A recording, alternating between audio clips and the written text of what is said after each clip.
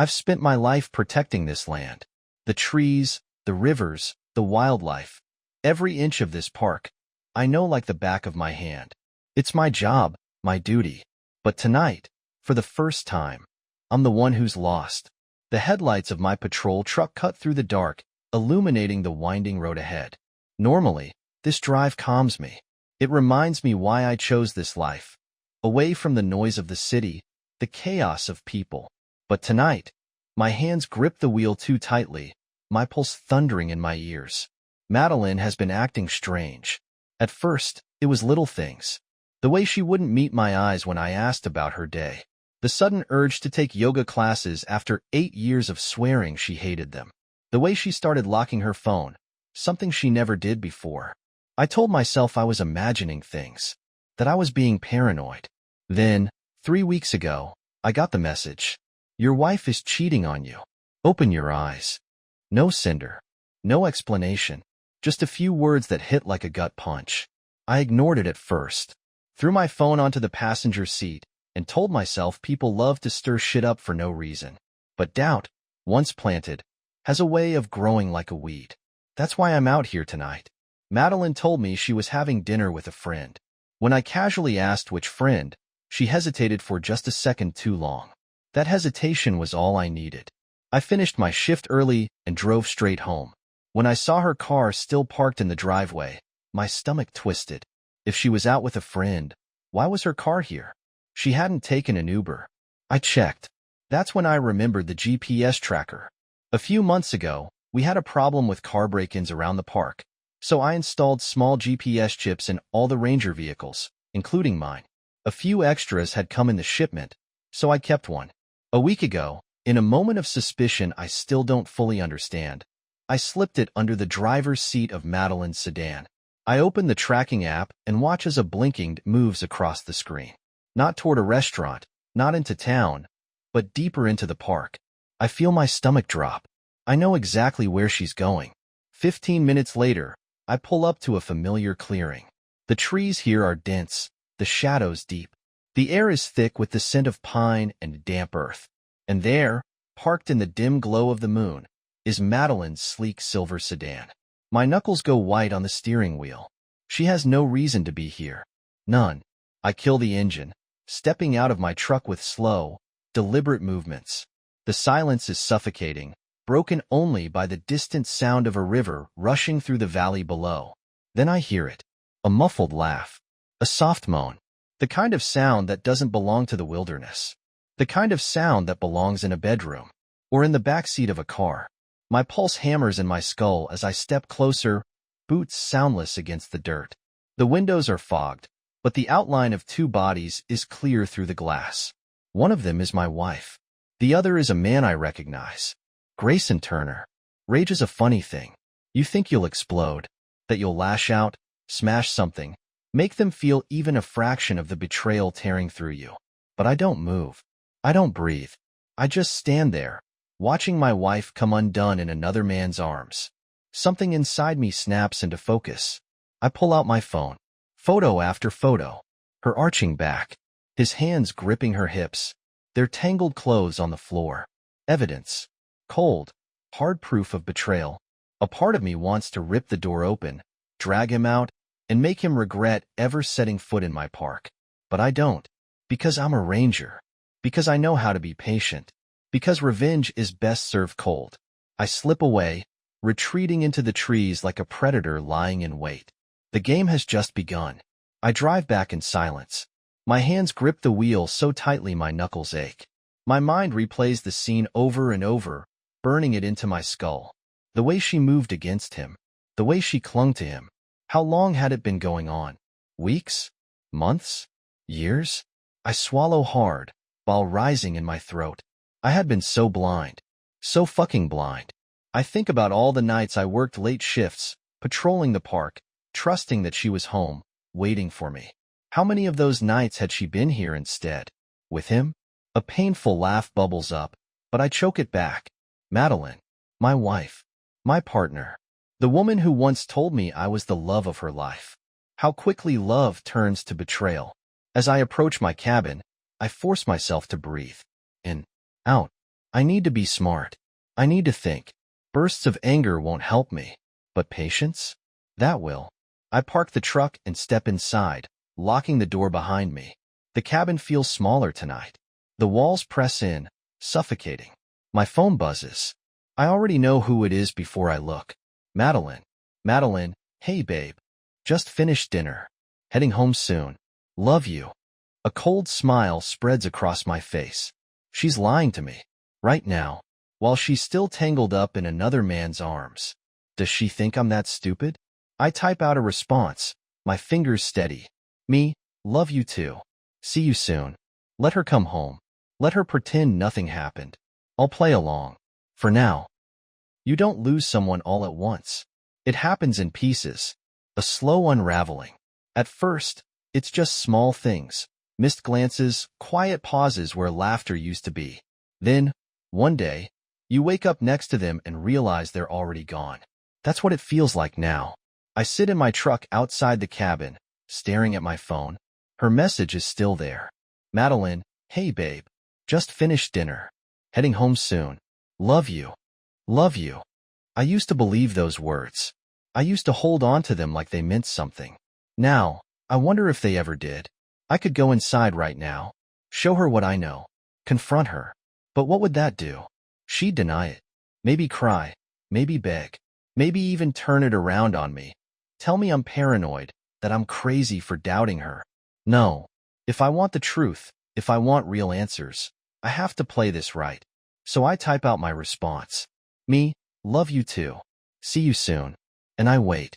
She walks through the door 20 minutes later, her keys jingling as she tosses them onto the counter. Hey babe, she says, smiling. That smile used to make me weak. Now it makes me sick. I watch her as she moves through the kitchen, opening the fridge like nothing happened. Like she wasn't just wrapped around another man an hour ago. Long day, she asks, pouring herself a glass of wine. Yeah, I say, forcing my voice to stay level. Busy. She nods, swirling the wine in her glass. Mine too. Just ran some errands, caught up with Claire for dinner. Claire. Her best friend. The one she always uses as an excuse. I smile. That's nice. How's she doing? She hesitates. Just for a second. Good, she says quickly. Same old, same old. Lying. It's almost impressive how effortlessly it comes to her. She walks toward me, reaching up to press a kiss to my cheek. I let her. She smells different. Like expensive cologne. Not mine. I swallow the bitterness rising in my throat. You okay? She asks, tilting her head. Yeah, I lie. Just tired. She smiles, brushing a hand down my arm. I'm gonna shower before bed. Sounds good. I watch her disappear down the hall, hear the water start running a minute later. And then, I reach for her phone. Unlocked. She's getting careless. I scroll to her messages. And there it is. Grayson. Last night was incredible. I can't stop thinking about you. I exhale slowly, forcing my hands to stay steady. Madeline, me too. I wish we had more time. I scroll back further. Weeks. Madeline, I hate sneaking around, but I can't stop. Grayson, neither can I. He'll never find out. I set the phone back down, careful not to leave a trace. My pulse is steady. I thought my hands would shake. I thought I'd feel rage, or heartbreak, or something that would rip me apart. But there's nothing. Just cold, quiet certainty. I already knew. I just needed to see it. The shower turns off. I hear her footsteps in the hallway. I inhale deeply, forcing my face into something neutral. She walks into the kitchen, towel wrapped around her hair. Everything okay? I smile. Yeah, just thinking. She tilts her head. About what? I walk toward her, brushing my fingers along her jaw. About how much I love you. She smiles. But for the first time, I see it. Doubt. Fear. She doesn't know if I mean it. I don't either. But I kiss her anyway. Because I'm not done playing yet. Heartbreak is not a gunshot. It's not tearing through you in a second, sending you crashing to the floor. It's slow. It's dying 1,000 small deaths. It's waking up at night waiting for a message that never comes. The sensation of their kiss lingering a millisecond too short. The hesitation in their voice when they say I love you, as if they're holding their breath for me to make them believe it. I did.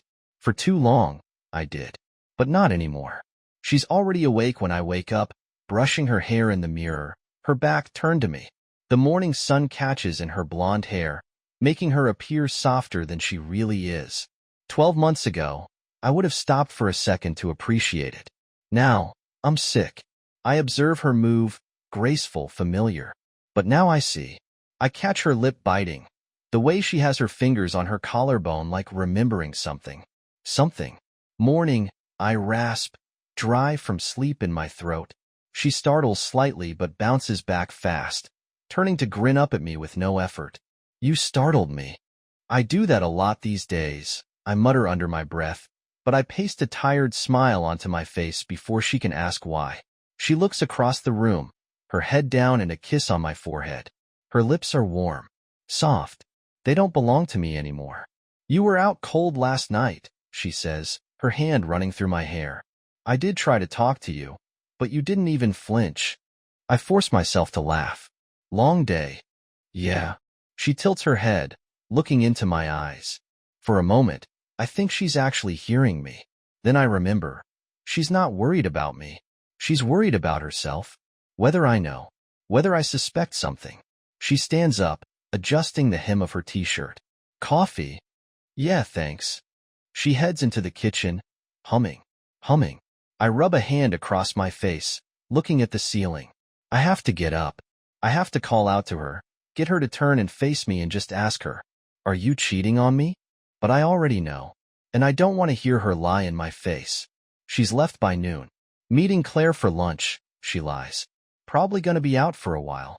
Don't wait up for me. She kisses me, slow and soft, as if she wants me to believe she means it. I force myself to nod. Tell her hi from me. She smiles, walks out the door. I wait. 5 minutes. 10. Let her unwind. Let her feel like she's safe. Then I follow her with my keys. The drive is longer than usual. Every turn, every mile extends the silence in my head. I already know where she's going. I just don't want to see. Her car is at the lodge. Not at a restaurant. Not with Claire. With him. She pulls up to the side entrance. Not the front. Not where anyone will see her. I white-knuckle the wheel until my knuckles ache. She exits. Glances about. Double-checking. Making sure no one is watching her. Then she enters. As if it is nothing. As if it's normal. I don't move. I just sit there, looking at the door she's gone through. I don't have to enter. I already know what happens behind that door. I just don't know for how long. That is what disturbs me. That is what has my chest knotted and breathing shallow. Because now, all the memories that I have of us are soiled. How many nights did I give her goodnight kisses, thinking she was off with her friends? How many times did she smile in my direction, knowing she just slept in his bed? I closed my eyes. Exhale slowly. My hands are not shaking. That caught me off guard. I thought I'd be furious. Thought I'd be gripping the wheel so tightly that I'd snap it in two. But I'm fine. As cold as I should be. An hour goes by, and she leaves. She is not guilty-eyed. She doesn't look like a woman who just risked her marriage. She looks happy, relaxed, like she spent time with the man she actually wants to be with. I watch as she smooths her dress, checks her reflection in the car window, like she's making sure she doesn't look like she just betrayed me. Then he steps outside. Grayson, casual, confident, like he thinks he's untouchable, like he thinks I'm too stupid to know what's going on. He walks behind her to the car, his hand grazing the small of her back. A light touch, insignificant, but hers. She spins back to him. Ready? He leans in, whispers something. She laughs, and then she kisses him. Gentle, intimate, like this is just what you do. Like this is just who I am. Like I never even existed. I need to get out of the truck. Walk right on up to them. Tell her name. Watch her face light when she sees she's been caught. Watch his face when he sees who the hell I am. But I don't. Because a fight would be easy. Anger would be easy. And I don't want easy. I want pain. I want her to feel what I feel. I want this to hurt. So I let her leave. I let him watch her walk away. Then I drive away. That night, I go home like normal. She's on the couch, wine glass in hand, scrolling on her phone. She looks up at me, smiling as if everything is fine. "Hey," she says. "You're late." "Yeah," I say, letting my bag fall to the floor. "Long shift." She raises her arms above her head, nodding. "I was thinking, maybe we could go away for the weekend. Just us." She says it so matter-of-factly, as if she believes a fucking weekend trip is going to fix this. As if she believes I don't know. I sit beside her, attempting to maintain a level voice. "That sounds good." She nestles into me, her head against my shoulder. "I miss you," she says softly. I shut my eyes. She means it. That's the worst of it.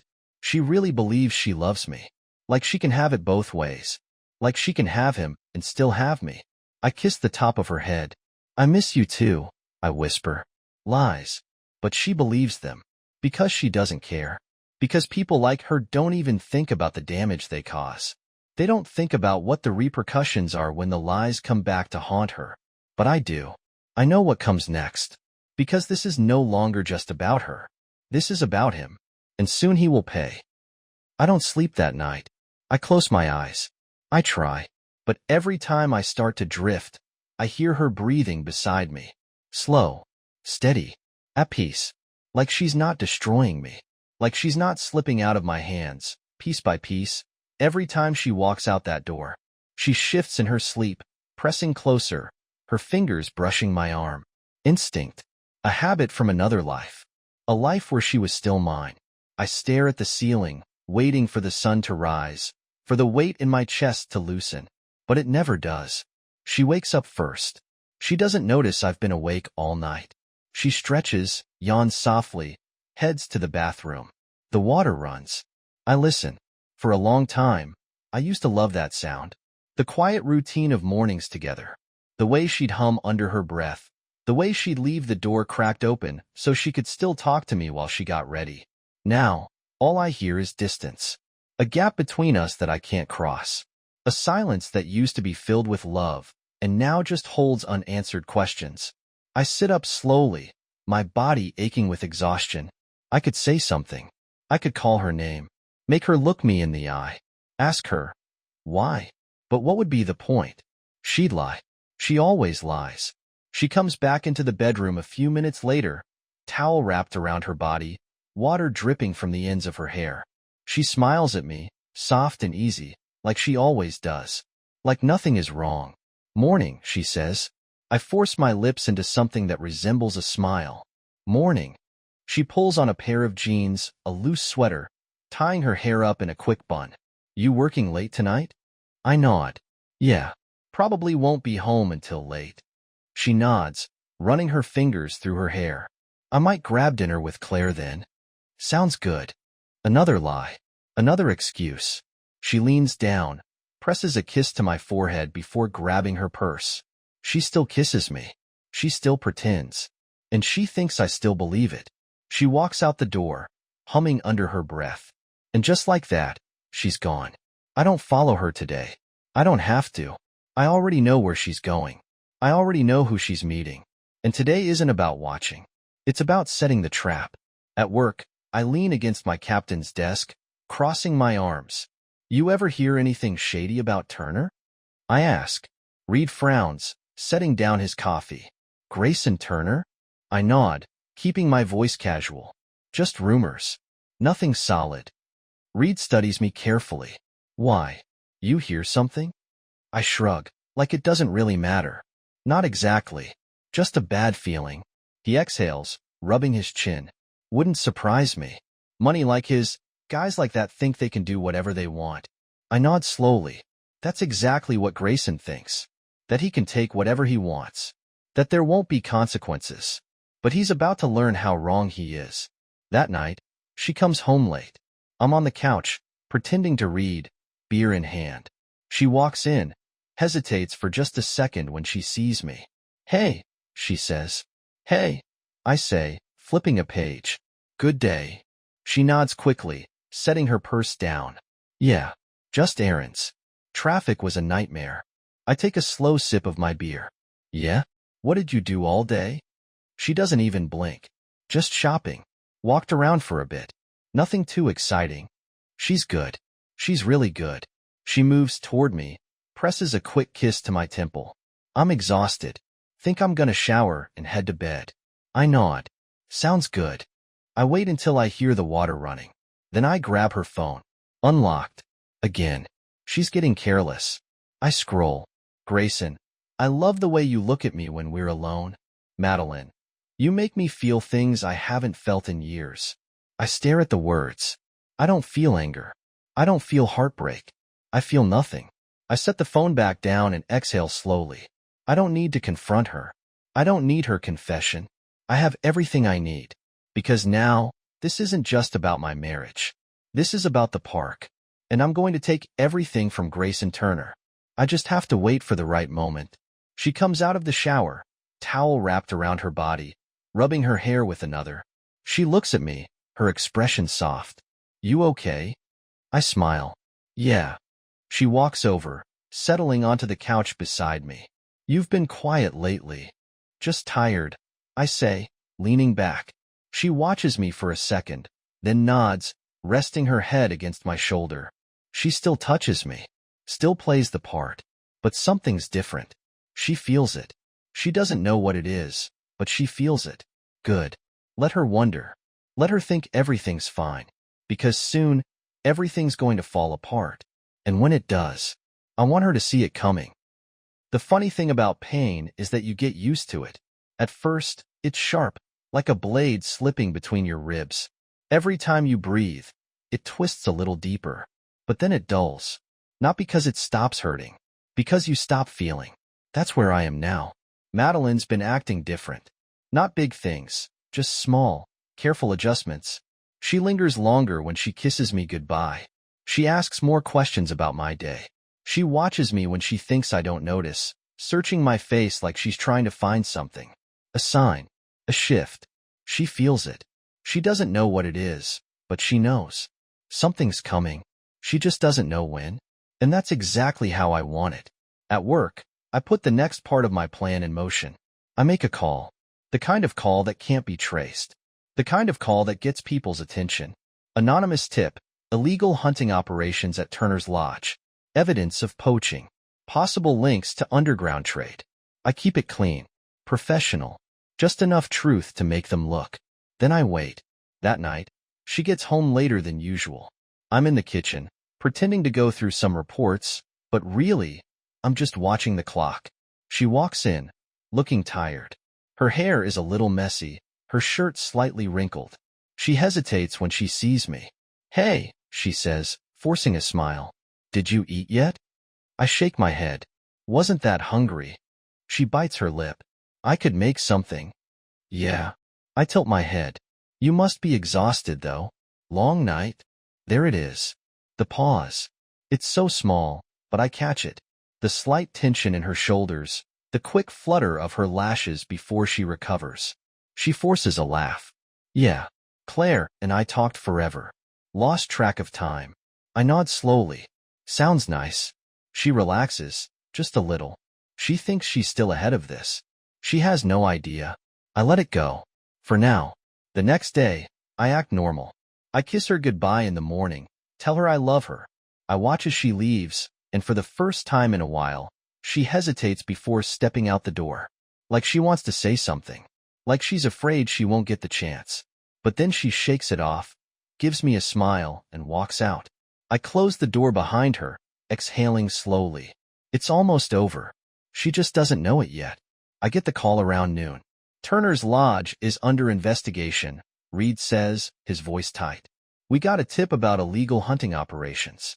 Fish and Wildlife is sending a team out. I nod, keeping my voice steady.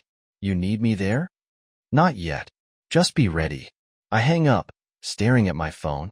It started. I drive out toward the northern ridge, patrolling like usual, keeping my radio on. I don't want to be there when it happens. I want to hear it. I want to feel the moment his whole world starts to crumble. The call comes an hour later. Turner's in custody, Reed says. They found something.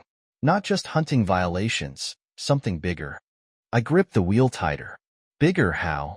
Reed sighs. They're not saying much, but it looks bad. financial records, connections to some offshore accounts. Looks like it's not just poaching, it's smuggling. I close my eyes. Perfect. Absolutely perfect. I take a slow breath. Need me back at the station? Not yet, but I figured you'd want to know. I do. I hang up. For the first time in weeks, I smile. I drive home late. Madeline is on the couch, scrolling through her phone.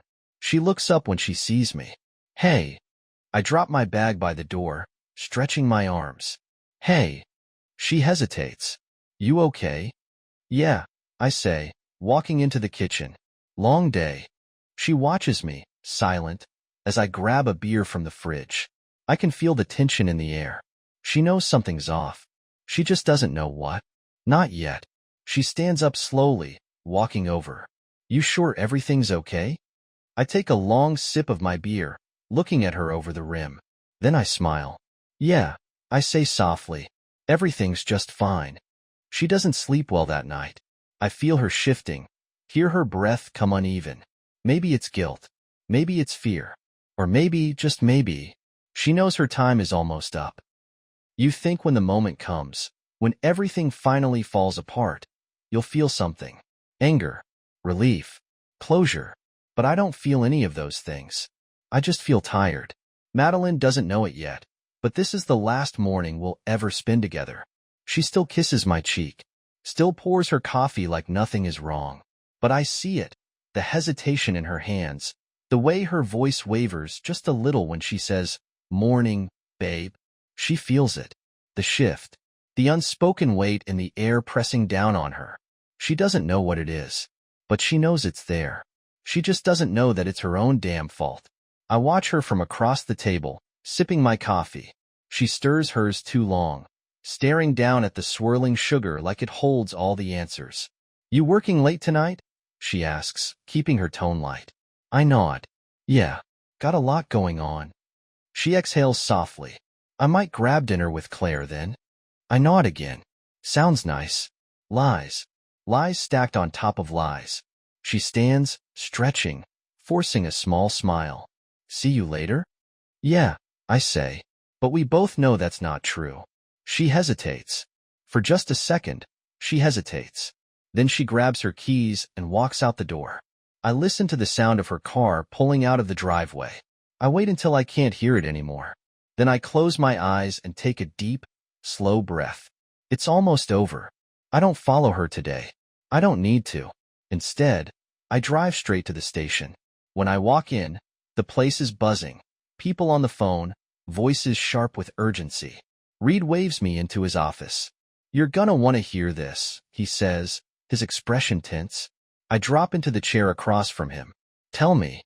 Turner's done, Reed says. The feds are all over it. We're talking money laundering, illegal hunting operations, offshore accounts, everything. I nod, taking it in. Someone tipped them off, Reed says, watching me carefully. Real detailed report. Real accurate. I tilt my head. That right? Reed narrows his eyes slightly. Anything you want to tell me? I just smile. Nope. I get to the lodge just in time to see them putting Turner in cuffs. He's standing by a patrol car, his face pale, his hands behind his back, his whole world collapsing around him. And he knows it. I step out of my truck, moving slow, casual. Turner looks up. His eyes meet mine. There it is. Recognition. Realization. His lips curl in a sneer. You. I tilt my head slightly. Afternoon, Turner. His jaw tightens. This is you, isn't it? His voice is quiet, seething. You did this. I don't answer. I don't need to. We both know the truth. Turner exhales sharply, shaking his head. She doesn't know, does she? His voice is different now. Not as angry. More desperate. I smile. Who? Madeline. He studies me. You haven't told her. I glance around at the agents moving in and out of the lodge, loading evidence into the back of their vehicles. Then I take a slow step toward him. She's next. Turner flinches. Not much, but enough. Because he already lost everything. And now he knows. So will she. I get home before her. I sit on the porch, beer in hand, waiting. For a while, It's just quiet. The sound of the wind in the trees. The distant hum of cars on the highway. Then, finally, her car pulls into the driveway. She parks. Doesn't get out right away. Just sits there, gripping the steering wheel. She knows something's wrong. She can feel it. She steps out, forces a smile. "Hey," she says, her voice too bright. I take a slow sip of my beer. "Hey." She hesitates. "You okay?" I exhale, stretching my legs. "Long day." She shifts on her feet. "Yeah." I nod. "Busy one." She walks up the steps, stopping just in front of me. "Anything interesting happen?" I smile. "Turner got arrested." Everything about her goes still. Her breath, her posture, her face. She tries to keep it together, tries to play dumb, but she's unraveling. I see it. She forces a weak laugh. "Wow, that's crazy." I tilt my head, watching her. "Is it?" She swallows hard. And I know she's realizing. She's caught. She barely speaks for the rest of the night. She moves through the house like she's walking on broken glass. Keeps glancing at me, waiting for me to say something. To accuse her. To break the silence. But I don't. Because silence is worse. Because silence makes her think. It makes her question everything. I go to bed like normal. I lay there, staring at the ceiling, listening to her breathing beside me. She doesn't sleep much. She shifts, tosses. She's restless. Good. Let her be. Let her feel what I've felt. Let her wonder if tomorrow is the day everything falls apart. Because it is. The next morning, she's up before me. She's packing a bag. She doesn't say anything. I sit up slowly, watching her. Finally, she turns, looking at me, her eyes wide and desperate.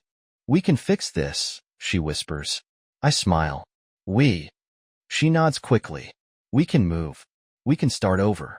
This doesn't have to be Madeline." My voice is quiet, even. She stops. I tilt my head slightly. "I know." Her mouth opens, then closes. She looks small, like she's finally seeing herself the way I've been seeing her for weeks. A stranger. A liar. Her chest rises and falls unevenly. "I love you." I stand, stretching. "I know." A pause. Then I reach for my phone, scrolling through my messages. She watches me, her lips parting in silent dread. And then, I hold it up. A photo. Turner. Handcuffed. His mugshot. She stares at it, her face draining of color. And that's when she knows. It's over. I smile, slow and steady. "You should probably go now." She leaves. She doesn't take much. She doesn't say goodbye. She just walks out the door. And for the first time in weeks, I take a deep breath. And it finally feels clean. The sun is rising when I step onto the porch. I stand there, beer in hand, staring out at the horizon. It's quiet, peaceful. For the first time in a long time, the weight in my chest is gone. Because she's gone. Because he's gone. Because justice has been served. And now, I can finally move forward.